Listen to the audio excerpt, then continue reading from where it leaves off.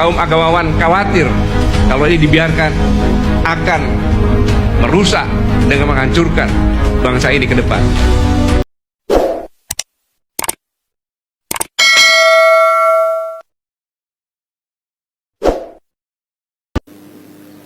Saya yakin bahwa sinetron ini sangat memuakkan apabila saudara-saudara menyimak dari hari ke hari.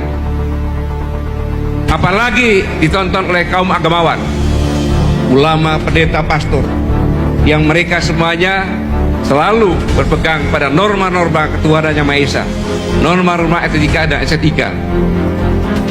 Dan tentunya kaum agamawan khawatir kalau ini dibiarkan akan merusak dan menghancurkan bangsa ini ke depan. Kenapa saya yakin hal ini?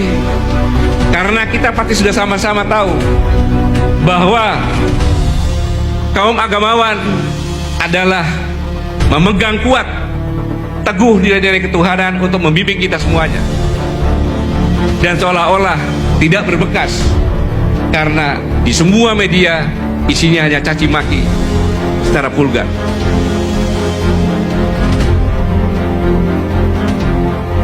Pertanyaannya adalah, apakah para agamawan bisa nyaman hidup di negeri ini yang kondisinya seperti ini?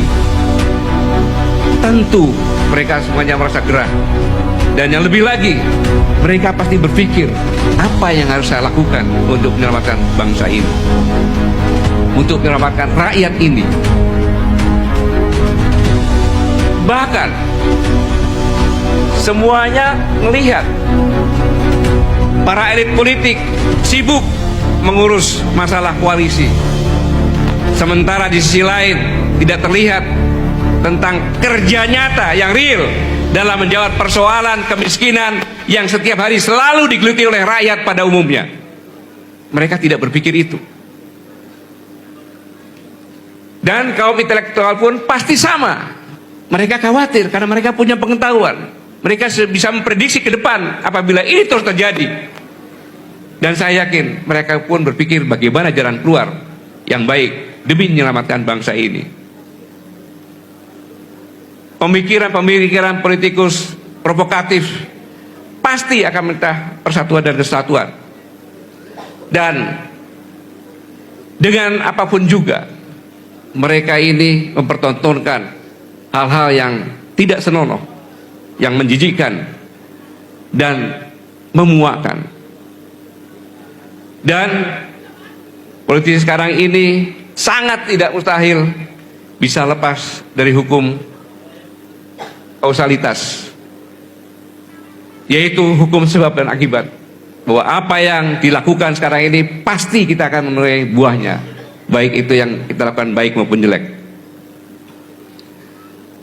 Seperti yang tersirat dalam surat di Al-Quran 99 ayat 78, maka barang siapa yang berbuat amal kebajikan walaupun sebesar atom, sangat kecil sekali, pasti nanti akan dilihatnya. Demikian pula sebaliknya, barang siapa yang berbuat kejahatan walau sebesar atom, maka pasti nanti akan dilihatnya juga. Begitulah ketetapan hukum Sang Pencipta yang mustahil bisa dirubah oleh manusia apapun juga, dengan tenaga dan cara apapun juga. Saudara-saudaraku sekalian, semuanya ini terlihat bahwa dianggap bernegara ini berbuat semau gue, sakar PDW, sakar insun, tidak berpikir yang penting saya dan kroni saya bisa selamat dan berhasil.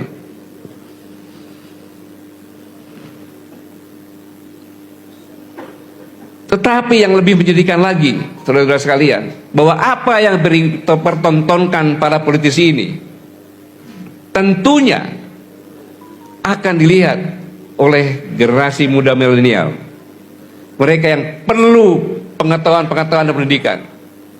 Bagaimana mereka melihat ini semuanya? Adakah yang berbentuk edukasi?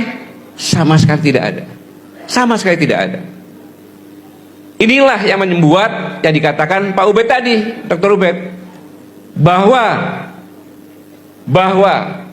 generasi muda milenial apatis. Apatis. Mengapa apatis? Mereka masih muda belia. Mereka perlu mendapatkan edukasi yang sehat, logis, realistis.